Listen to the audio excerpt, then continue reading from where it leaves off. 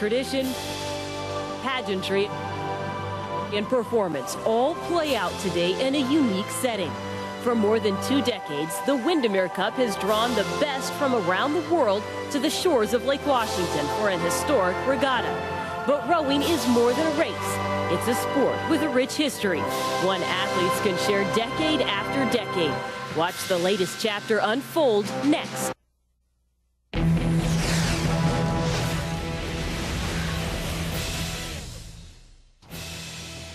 Welcome to the 2011 Windermere Cup. We're here on the shores of Montlake Cat with thousands of other people. I'm Jenny Hogan for the 25th Annual Windermere Cup. I'm going to be doing the play-by-play. I've had 5 Windermere Cups as an athlete. I couldn't be more proud to be standing here alongside Al Erickson, who's doing the color commentary today. Al also rowed for the Huskies, and his father, Dick Erickson, one of the legendary coaches. Al, tell us about today.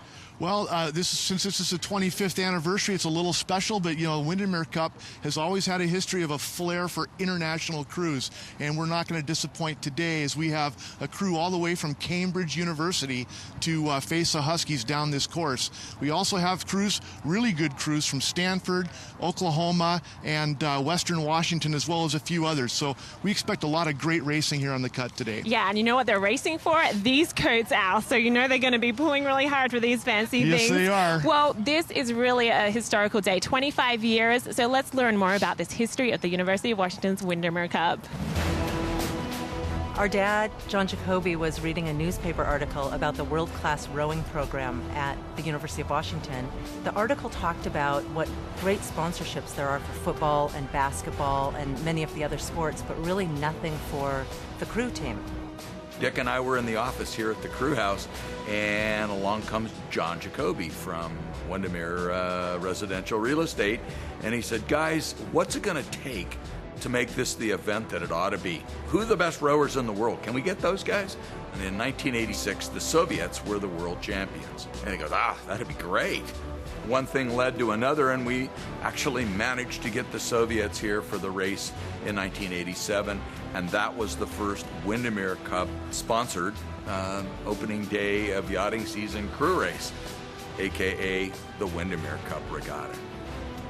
The actual race course itself, it's lined with thousands of people. It's a narrow course. It's not a 6-boat lane course. It's 4 lanes. And so it's very tight, and it just feels like you're in a stadium from start to finish. You can see the strain on their face and the competition in their eyes. It is just awesome to watch them come across the line.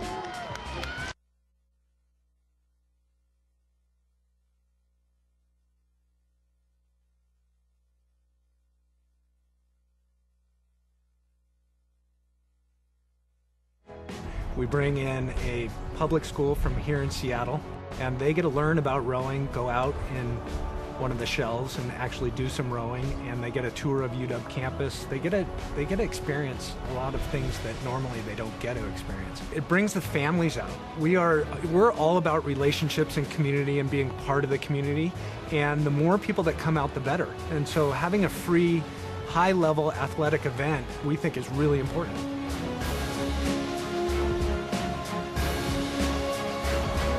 Up next, let the races begin. We're going to take you to the starting line for one of the most prestigious regattas in the world. And we'll see, Jenny, if once again the dogs can thrill their hometown fans.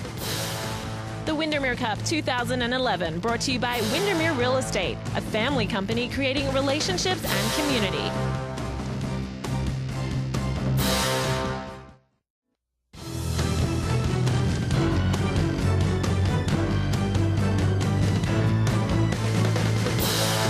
Team is now on the course for their version of the Erickson Cascade Cup. Let's head to the starting line where they're about to begin.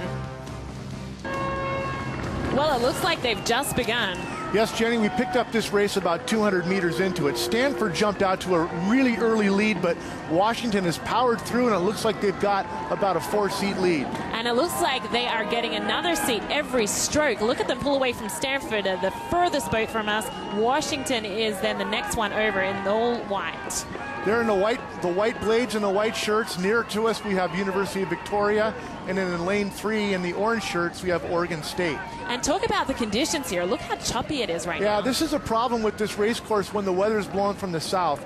The beginning of the course is open, and there's quite a bit of choppy water. It's quite a challenge for some of these crews. They have to carry their blades higher above the water in order to row more efficiently. Wow, look at UW. They are really pulling away. They're lengthening out their stroke, too. They've stopped this sprint from the start into now a comfortable lead here. And this is something they practice over and over and over again. The first 25, 30, 40 strokes of a race are a higher rate, and then once they drop into the body of the race, they're into race pace, and that's where they really lengthen out.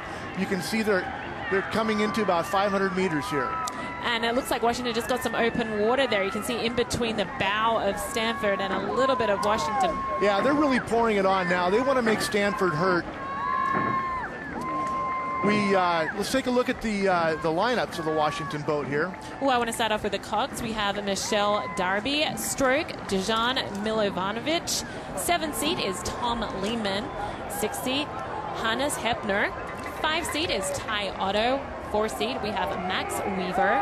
3rd seat, Mio Rudel. 2nd seat, Austin Brooks. And in the bow, we have Jay Thompson. And I want to talk about the 7th seat here, Tom Lehman. Yeah, Tom Lehman, a really good rower. He's from Germany, and in 2008, he was in the Olympics in Beijing, rowing in the German pair. He got 4th place in that Olympics. Al, I have to tell you, he beat that famous We Cool Buses from Facebook. Have you seen that movie? Yes, I have. They beat the twins. Yeah, they did. He beat the twins, but the point here is Tom is a really strong rower. There's lots of really strong rowers, and they're in the 2V boat right now.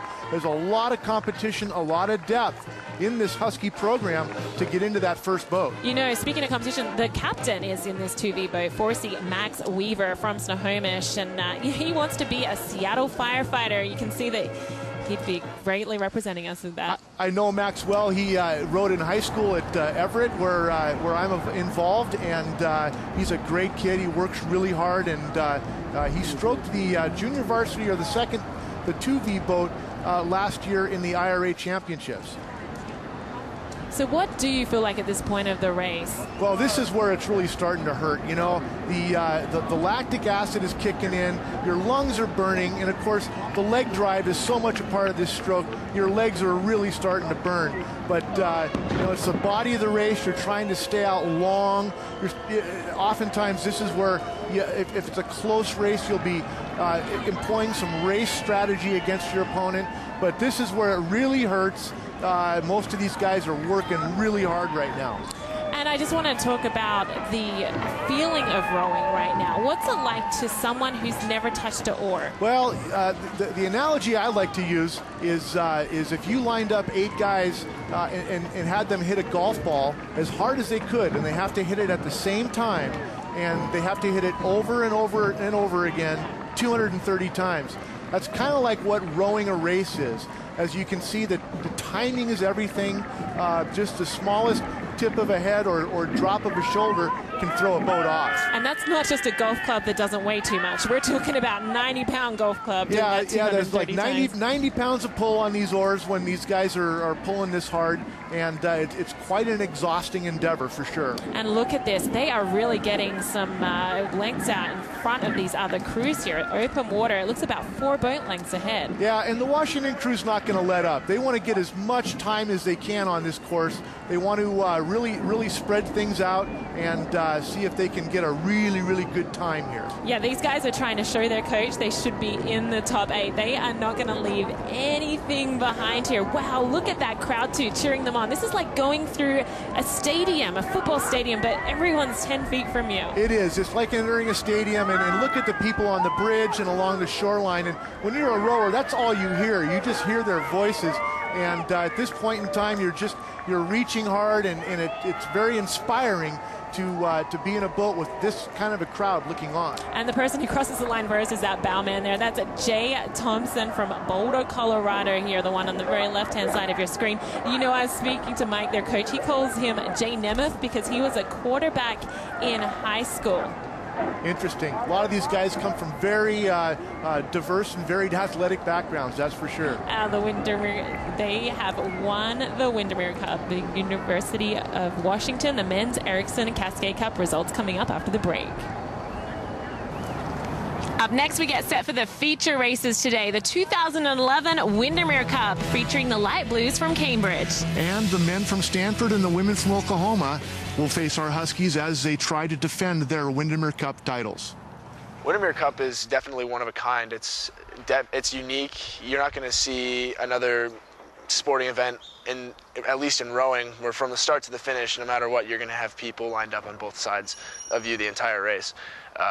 You'll have the Olympics, and there'll be people, maybe the last 500 meters of the race watching, and you'll have IRAs where there'll be, sparse groups of people at different places. But the Windermere Cup, it's from the beginning. You've got people cheering for you the entire time, and it's really incredible, and it's really fun. Windermere Cup 2011, brought to you by Tri-Film Productions. Create Impact.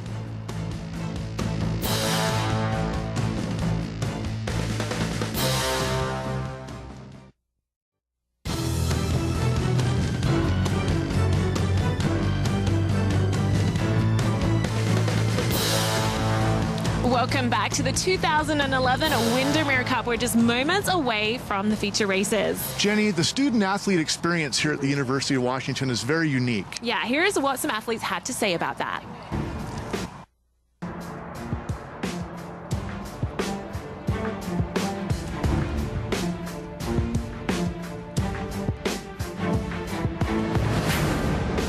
Just to come to the University of Washington mostly for their strong academic record. I'm a native of Seattle, and so growing up I'd always heard about how great the university was. And being located in Seattle, it's a great place for international studies, as well as it has one of the best business schools in the country. I picked the University of Washington because I found it a really good balance between electrical engineering and rowing.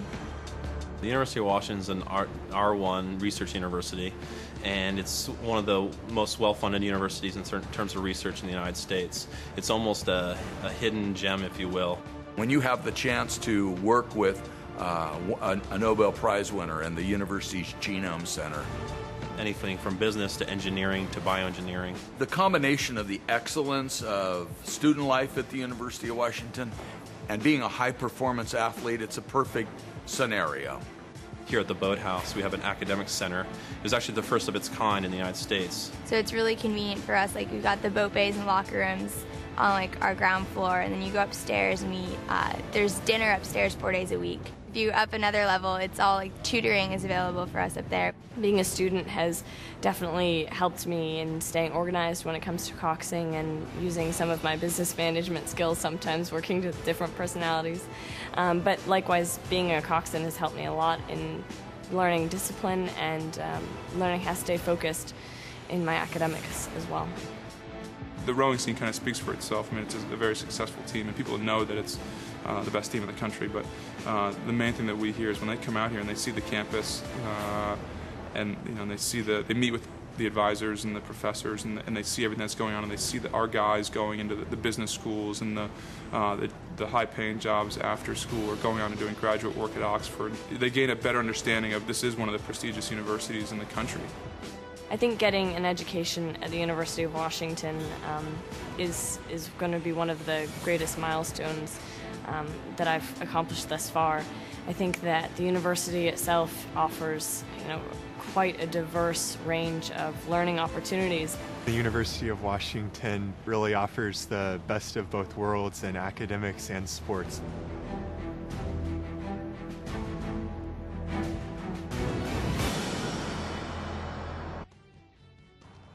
You are watching the 2011 Windermere Cup on Root Sport. We'll be right back with more action from the Montlake Cut. Oh my gosh, I think it's unlike any sporting experience I've been a part of in terms of just the spectators and the thrill you get. There's adrenaline the whole way down, and there's constant cheering and constant just the rush. The Windermere Cup 2011, brought to you by Brotherton Cadillac Buick GMC in Renton, a proud supporter of the Seattle area community. Experience the difference, the Brotherton difference.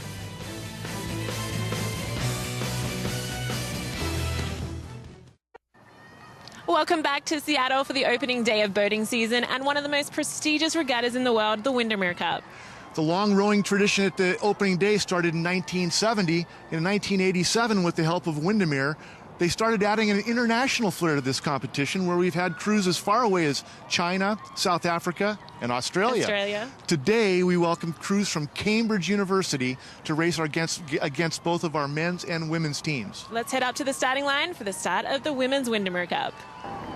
And the race is about to start, and it looks like they're off. Oklahoma going hard from the start here, right close to us. Yes, they are, and it looks like they're handling this rough water very well, and they have already taken a 2 or 3 seat lead on the Huskies and on Cambridge. And the Huskies are furthest from us right now. It looks like that they're picking up the pace here. On the right-hand side of the screen, you see their blades going in and out very quickly. They're responding to Oklahoma, and they're responding very well, but Oklahoma jumped off to a great start. Oh, here the Huskies come. Look at them. Every stroke, they're getting a seat now on Oklahoma. Yeah, the Huskies have lengthened out. They're feeling the flatter water a little bit as they go down this race course. And they know they're trying to execute their race plan, and their race plan is to drop that rate and get long and strong as soon as they get out of the start. It looks like they've done just that. It does. It looks like Cambridge is now dropping back about half a boat length. You can see at their bow ball there just bobbing into the screen. But Oklahoma's still in it. They're kind of feeling their way out there in lane 3, but they're not going to give up this early. They're still in it. You bet. Look at them go. Well, look at that. Just moments of getting a different shot, and UW made a move there. They did make a move, but Oklahoma's going with them. They're hanging right with them. They're not going to let them go. Doesn't look like this choppy water is affecting them at all. And just, did you see that then out there really lengthened out? The University of Washington women, it looks like they went into another gear change here. It's almost like riding a bicycle. Once they got the thing moving, they shifted into a lower gear, and this is the body of the race. This is where, you want to conserve a little bit of energy. You want to stick that blade out there long and strong and reach the base pace of your race plan. Now it looks like they're coming up to the 500-meter mark, and what happens there, they go past a Fox Point. You'll see a bunch of rocks on the side, and the athletes know that area well. And Washington's continuing to extend their lead. Oklahoma's doing quite well. They're leading Cambridge, but Washington is pulling out a little bit with every stroke. Cambridge in lane 2, an international power, but really we didn't have any idea of how they were going to stack up against the Pac-10 and NCAA at such a high level over here. Yeah, no, we didn't know how they were going to be, but Cambridge rowing, it's a lot different back there in the UK. These girls have to go through a little bit more of an effort to get on the water, so it's quite a commitment for them to be here, in fact.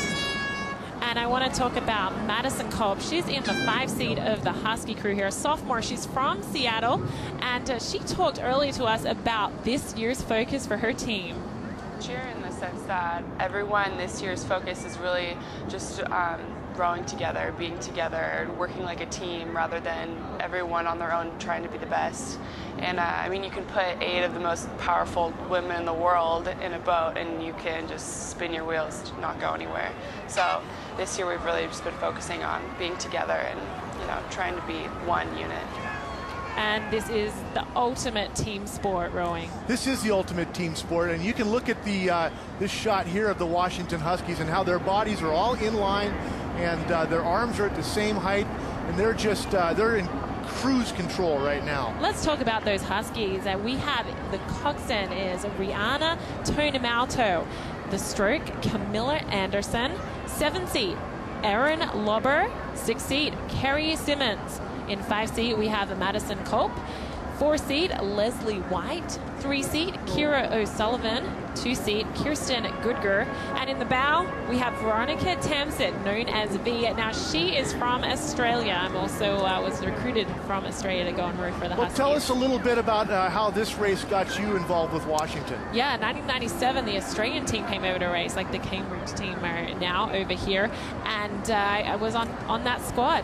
Spoke with Eleanor McIlvain at the time, one of the coaches, and she offered me a scholarship. It changed my life. I came to row here, and all of those boats, all the people on the side we're seeing here today are now part of my family, the Husky family. I'm so excited. Yeah, that's really something else. It makes quite an impression to go down this race course as a young athlete.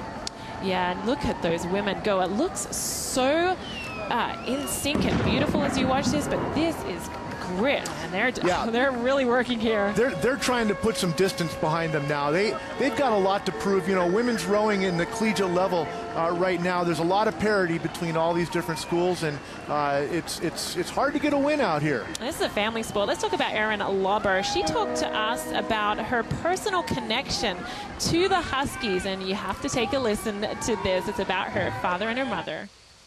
Well, it was kind of a personal thing for me. I think there's a lot of tradition here that is open to the public, but for me, both my parents went here. They actually rowed here, and that's how they met, and my grandfather went here. It's more like I've been a Husky my whole life, and so it just made sense to come. And Al, you know her family well. Yeah, I rowed with her father, and of course her mother was on the women's team at the time that I went through the program. Her sister Hannah is on the novice team, so they're really keeping this in the family. Look at all those people looking down on them as they go underneath the bridge here. What a great day for these women. Yeah, this is tremendous, and they're once they hit the bridge once again, they're going to have about 35 strokes to go to the finish. So they can see it now, they can feel it. You know, the legs are burning and the lungs are streaming. They're not going to let off, and there we have a good shot of the Cambridge crew. Yeah, and I want to talk about Kerry Simmons. She's the captain of the team. We talked to her earlier. Listen to what this means to her. As the team captain, it's been a huge honor. I mean, the girls elected me, so I try to step up, be a leader by example, and obviously represent the ladies that have come before me and been team captains. It's been really awesome. Kerry saw a poster on campus and she came down to row. She was not a rower before that. That's fantastic, and that's the one thing that rowing does do. It's a very opportunistic sport.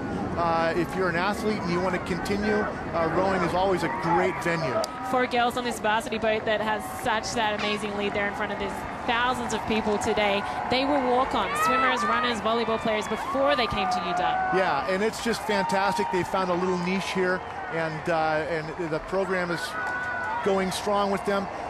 Look at the crowd. You know, they hear it. This is all for them.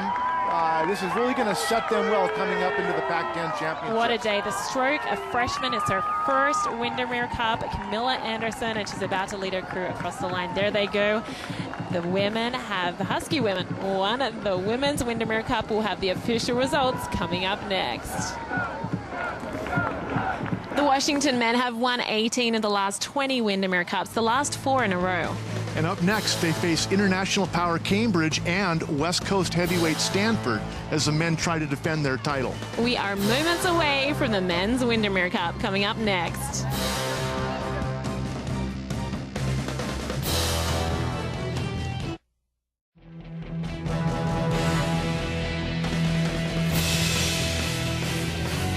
Welcome back to the 2011 Windermere Cup. Here's a look at the official results from the women's Windermere Cup. Now the men's race, it's about to get underway. They are lining up. Let's get out to the starting line. Knowing how Cambridge is going to respond to this. Here they go, Al. Here's the start, and it looks like it's too early to tell, obviously, but Cambridge is getting off cleanly. You can see the rough water that they're battling against. Look at that. Yeah, the first 5 strokes of a race, really choppy and quick, and then they start to extend out. That's what you're seeing now. They're about 15 strokes in, and they're lengthening out. But look at UW go. UW has taken a couple of seat lead, and it looks like Stanford is going right with the Huskies. And you can see here UW as the coxswain with the bright yellow jacket on. We then have Stanford over on the right-hand side of your screen in lane 1. It looks like the wind has actually picked up since the first race we watched. Yeah, it's not nice conditions there. The wind is coming from right to left over the race course, and it is difficult to row in these conditions, but it looks like the Washington boat's handling it very well as they settle in to their base pace. Now I want to talk about that Washington boat. We do actually have 2 athletes from the Northwest here. We have the 6th seed, Hans Strazina. He's from Kirkland, rode at Sammamish. And so he's hoping he's going to row fast to his parents on the sideline, I'm thinking. And then we also have Rob Munn in 3 seat from Redmond, also rode in Sammamish too. Some great local kids in our Husky boat there. And you can see it looks like that UW is going straight down the course, but the other crews are having a little issue with steering here. Cambridge went a little bit over to the left there. Yeah, they need to make some adjustments. It's going to be to their advantage to get a little closer to the Huskies. you can see that Cambridge has not let the Huskies go. They're rowing strongly, and they're going to stay in this race as they come up to the 500-meter mark. And remember, this Husky boat is not set. We saw the Cascade Cup that those men really want these guys' seats. So these guys know that they have something to prove today. Well, Michael Callahan continually makes small adjustments to his lineup to make sure that he gets the fastest boat possible. All the guys know this. They're all striving to be in the first boat, but the whole goal is for the program to win. And it's about astern right now, and explain what that means. The Huskies have about a boat length lead, and this is a very good spot for them to be. You can see the water starting to flatten out. That's going to be to all the crew's advantage, but that's also going to be to the Huskies' advantage. So with flatter water, it's easier to make a move, but it's easier to stay ahead as well. Now, the Huskies are ranked #1 in the country right now. Stanford, they're a top 10 crew. They have the top freshman in the U.S., Austin Hack. They're also very talented. 3 to 4 guys invited to the U.S. team camp on Stanford, so this is no easy competition for the Huskies. And Stanford is in fact a good crew. They've got a great coach in Craig Amerkanian in his 11th year there, and he can put together some crews that can really sneak up on you, and in fact some national powerhouse crews. And Conlon McCabe, 4-seat, he actually talked about that. So we got Stanford and Cambridge. Stanford's a pretty competitive team. 2 years ago, they beat us in a few dual races, so we're definitely, looking to do well on our home course against them. Cambridge, kind of an unknown quantity. It's not the complete blue boat, but they're going to be a group of pretty strapped guys. Flying across the ocean, they're not here to mess around, right? And they have a pretty historic program, just like ours too, so they're going to be looking to put on a good show and make sure they race hard. So, I'm just excited to get out there and see how it goes down. 2 crews we haven't faced this year, so it could go either way. And you can see that Cambridge is not messing around. They're hanging on to Stanford there, but it is the Huskies that have the lead as they enter Montlake Cut. You know, he's sitting in 4-seat, Conlon is, and Mike called him the John Brockman of the rowing team. Well, Conlon's a real tough guy. He's a great guy, a nice guy, but he actually went back to Boston and won the erg competition, the Crash B erg competition, and it's a worldwide competition there as you look at him go past us here on Montlake Cut. And sitting in front of him is Ambrose Putnam. We just looked at him. He's a junior, one of 7 kids, 28 cousins on one side, 23 on the other. So he's used to competing within the family, not just the boat. Yes, he is. And then in front of him, Hans Struzina in the 6th seat. Hans also went to the erg competition at the Crash Bees and did very, very well. And he is going to talk to us about being a student athlete. Take a listen. I think that when we come down with the intention of reaching our full potential, that really sets us up well for endeavors down the line, whether it be the Olympics, whether it be going to medical school, because we have a lot of guys trying to do that, whether it be business or just being in a family, like being the best that you can be. I think this program really fosters that kind of atmosphere and then allows us to take it into other facets of life and into the community later on down the road. And as you can see, he is a very strong 5:48 is his erg score, the fastest erg score in the college. Well, as you can see, the Huskies coming down here, they're clearly going to win this race, and it's a good boost for the Huskies after coming off of a really strong victory over Cal 2 weeks ago, but it looks like they've got this race well in hand. And you have to be happy watching this as a Husky, as all of the thousands of people are watching on the course, cheering them on. You can see that they're in the middle of the screen about to take this one. And they're looking strong as usual. They're not really tested here in this last 1,000 meters as they cross the finish line. And the Huskies just won the 2011 Windermere Cup. Look at their faces. They have spent everything, but they are extremely excited about this. Congratulations. Well, there's certainly lots of relief on their faces, and this is just going to be another stepping stone as they work towards their goal of the IRA National Championship. And stay with us. We'll be right back with more.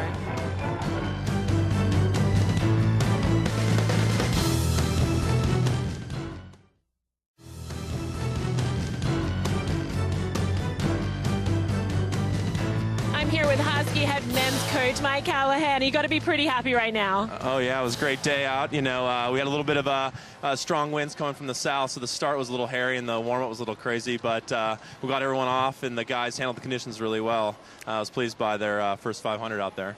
And your guys got out ahead, but they didn't just stop. There's some competition going on here. Oh, absolutely. There's a good fight between the first and second boat going on in our boathouse. We've got the Pac-10 Championship coming up next Sunday, and guys are competing for seats. It's really exciting to see. I definitely thought they'd turn it on in the second half of the race, and really got in a nice rhythm there, so I was pleased to see that. And you want to thank your guys, but anyone else you want to thank? Oh, yeah, absolutely. Windermere for the last 25 years. You know, I rode in this race in the 90s, and it's still going strong. It's a Northwest community just celebration, and it's really great to be out here. All these great fans, but an awesome venue. Thanks. Great. Thanks so much for coming over to chat with us. Go enjoy the win. Thank you.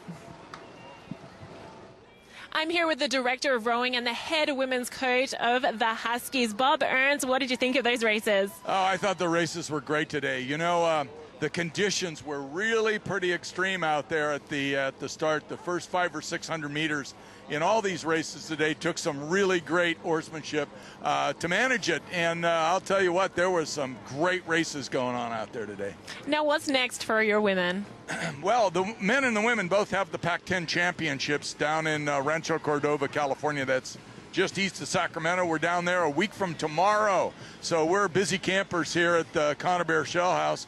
And, you know, it's really great for Cambridge to come over here and race us in this event, and Stanford to bring their guys, and Oklahoma to bring their women out. And, of course, none of that would have been possible, Jenny, if it hadn't been for the great sponsorship of Windermere Real Estate. So we're really proud of this spectacle, this event, for everyone in the Northwest to be involved in our sport. Congratulations on winning the 25th Windermere Cup. Wow, it's great. And, you know, it's one of those scenes that you just never get tired of. It's a thrill of a lifetime. Thanks, Jenny. Thanks, Coach. Yep. Welcome back to the 2011 Windermere Cup. We've seen the races, but it's not over for these athletes. They have to go back to the crew house, and what an experience this is going back through the cut. It certainly is. As you notice, the racing through Montlake Cut is a one-way affair until it's over. So there's probably 50, 75 shells stacked up on the other side, and they're exhausted and they're cold now and tired, and they want to get back to the boathouse. But it is so exciting to see that massive amount of shells going through Montlake Cut. It's a chance to wave to your family and to your friends as you go by. Yeah, you can really see faces too from those boats. It's amazing, and you can hear the voices as well saying hello. You can find your parents out there in the crowd, that's for sure. Then you go back to the boathouse. And it's a great time to trade pins and trade shirts and meet some of these athletes, and you know, the pressure's off, and really kind of the show begins for some of these people, because they all the pressure's off. It's a lot of fun. And they get, you know, the jackets that we're wearing, the winners will get presented with them, and I know that's going to bring them a big smile. But the other thing that happens for the winners is what? To the coxswain. The coxswain hits the water. They hit the water. That is a tradition, and a lot of smiles as that happens, because that means, you know, you led your team to victory. It's a lot of fun, and a lot of time to trade stories and trade email addresses, and these kids, they get to know each other a little bit, and it's really a great close to a great day of racing. Well, speaking of closing, we want to thank Windermere Real Estate for putting on the Windermere Cup and bringing such amazing international and domestic competitions to race the Huskies. Thank you to all of our broadcast sponsors, especially Discovery Bay Games. Thank you to you, Al, for spending your day with me. It's been my pleasure. And thank you to all of you out there for joining us. And we cannot wait to see you next year.